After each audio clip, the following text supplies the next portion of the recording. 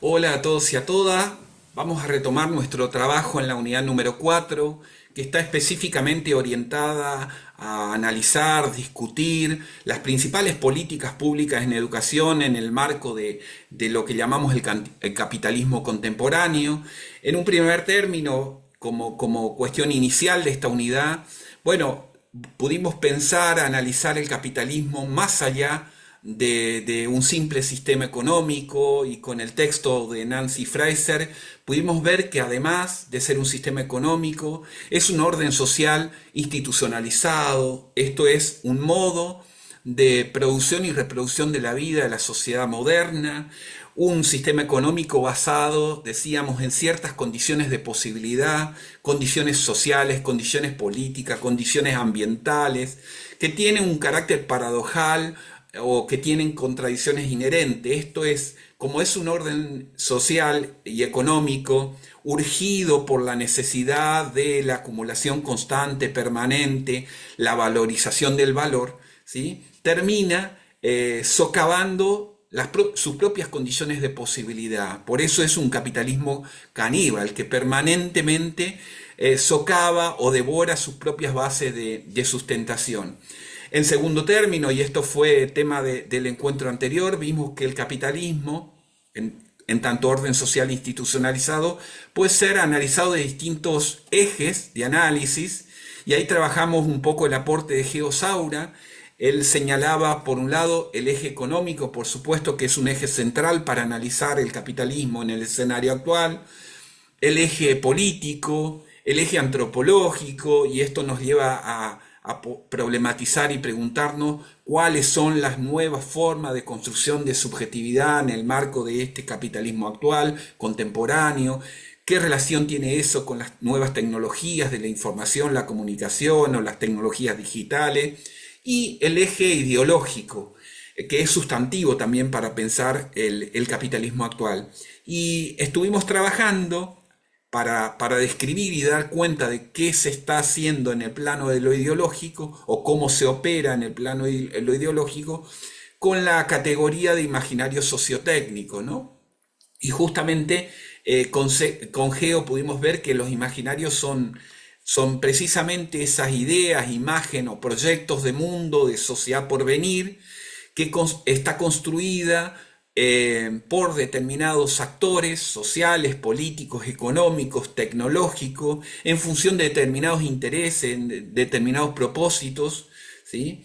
Que aparecen como colectivos cuando en realidad no lo son, y que las tecnologías digitales actuales son la herramienta o una de las herramientas principales en la definición, en la construcción, en la proposición de estos imaginarios sociotécnicos. Bueno, y el encuentro de hoy y lo que viene justamente va a estar destinado a tratar de dar cuenta de cuáles son las políticas públicas del capital para la educación en el escenario o contexto actual. Un poco basado en el supuesto, la hipótesis de que lo que ocurre en el sistema capitalista tiene consecuencias o correlación directa con lo que ocurre en el campo de la educación, y viceversa, lo que ocurre en el campo de la educación también tiene su consecuencia en el marco del sistema o este orden social institucionalizado que es el capitalismo. En este caso vamos a recuperar la idea de educación pensada tanto como campo como praxis. Recuerden, una de las primeras unidades cuando discutíamos el concepto de educación dijimos que era un campo de estudio, un campo de intervención, pero también era una praxis productora, reproductora, transformadora de subjetividad, de sujetos sociales, y en consecuencia era una práctica social y una práctica política, ¿no? Bueno, a modo de introducción, vamos a plantearnos en este encuentro y en los que vienen cuatro interrogantes, que el desafío que vamos a tener es poder, en el tratamiento que vayamos haciendo, ir respondiendo a estos cuatro interrogantes. En primer lugar, ¿qué está sucediendo en el campo de la educación a nivel macro, a nivel internacional? En segundo lugar, ¿cuáles son los principales actores que intervienen? ¿Sí? ¿Cuáles son las principales tendencias y perspectivas que se disputan? Y por último, cuáles son las políticas públicas que se promueven, cuáles son sus principales características, los tipos de política, los propósitos o los fines. Vean que esta última pregunta recupera parte de lo que vimos como categorías metodológicas a la hora de pensar y analizar las políticas públicas en educación. Bueno, entonces, en una primera aproximación, tratando de responder parte de estos interrogantes, podemos hacer el esfuerzo de tratar de analizar y pensar a nivel macro, político, educativo, qué está sucediendo. Entonces ahí vamos a tratar de caracterizar a la educación en el contexto actual, qué está sucediendo específicamente en la educación en el contexto actual, el nuevo imperativo pedagógico del momento actual que tiene que ver con generar capital humano, fíjense ahí, así como en otros momentos del campo educativo, por ejemplo, en el surgimiento de las sociedades modernas, el ideario el imperativo pedagógico de formar al ciudadano, de preparar para el mundo del trabajo, un ciudadano, recuerden ahí el análisis disciplinado, ¿sí? Productivo, ¿sí? Obediente, sumiso, apto para esa sociedad industrial que se estaba prefigurando, construyendo. El nuevo imperativo pedagógico tiene que ver con generar capital humano, que esto lo vamos a discutir y analizar. En tercer lugar, ¿cuáles son las principales organizaciones multilaterales en la educación mundial? ¿Cuáles son? ¿Qué papel cumplen? Hay un conjunto de organizaciones multilaterales que hoy por hoy en la educación mundial tienen un papel fundamental, protagónico. Solamente menciono dos, luego vamos a ver en detalle. El Banco Mundial, por supuesto, y la OCDE, la Organización para la Cooperación y el Desarrollo Económico, organización que está detrás de las pruebas PISA, por ejemplo, ¿no? Que evalúan la calidad de los sistemas educativos en el mundo. El llamado movimiento de reforma educativa global, que lo vamos a conocer brevemente, caracterizar,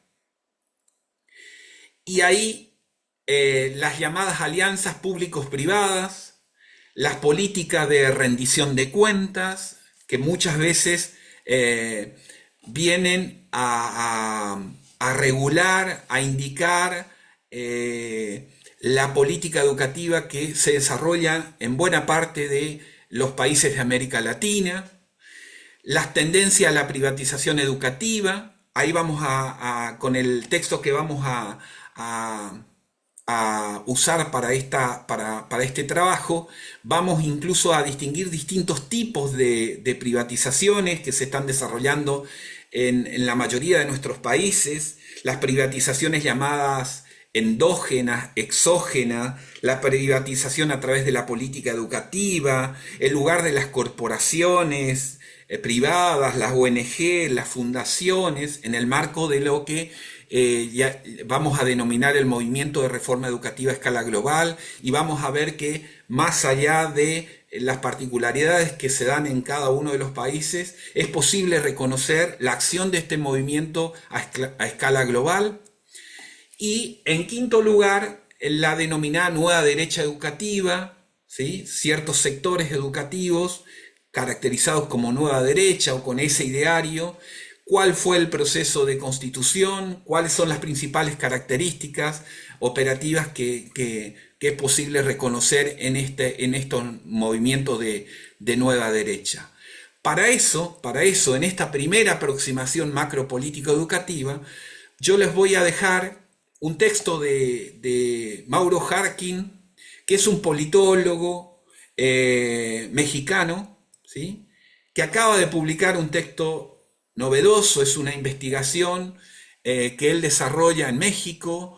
El libro se llama La pedagogía del capital, empresarios, nueva derecha y reforma educativa en México.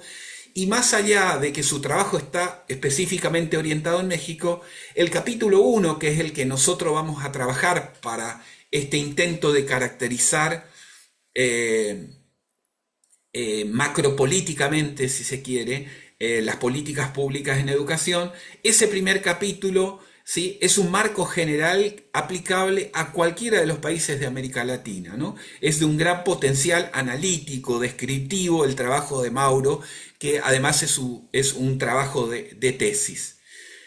Eh, y para complementar esa propuesta y ese análisis que nos propone Mauro Harkin, yo les voy a dejar como un recurso, ¿sí? Un video de Luis Bonilla Molina y Luz Palomino, que son de una organización alternativa en materia educativa en América Latina que se llama Otras Voces en Educación, que tiene un canal digital incluso, y que en ese video explicativo ellos hacen un análisis de cómo entienden ellos, cómo se diseñan las políticas educativas en el escenario, en el contexto actual. Por eso el video se pregunta, o parte de la pregunta, cuál es la ruta para la toma de decisión en política educativa, ¿sí? Entonces, como material de apoyo al análisis que hace Mauro Harkin, está este video de este grupo de compañeros de Otras Voces en Educación. Entonces, bueno, los alentamos en la lectura del capítulo 1 del texto de Harkin. Por supuesto que quienes vienen trabajando con el diario de lectura, vemos que es un recurso, bueno, que permite ir haciendo anotaciones, resúmenes, síntesis y demás. Y quienes no lo vienen utilizando porque han optado por alguna otra estrategia, también, bueno, lo alentamos en la lectura de este texto, sabiendo que un poco las limitaciones que tenemos en cuanto a tiempo, en cuanto a dedicación, pero sin duda la lectura de este y de los demás textos van a ser un material necesario para la construcción del trabajo final del seminario. Bueno, entonces hasta acá el encuentro de hoy y nos estamos viendo en breve.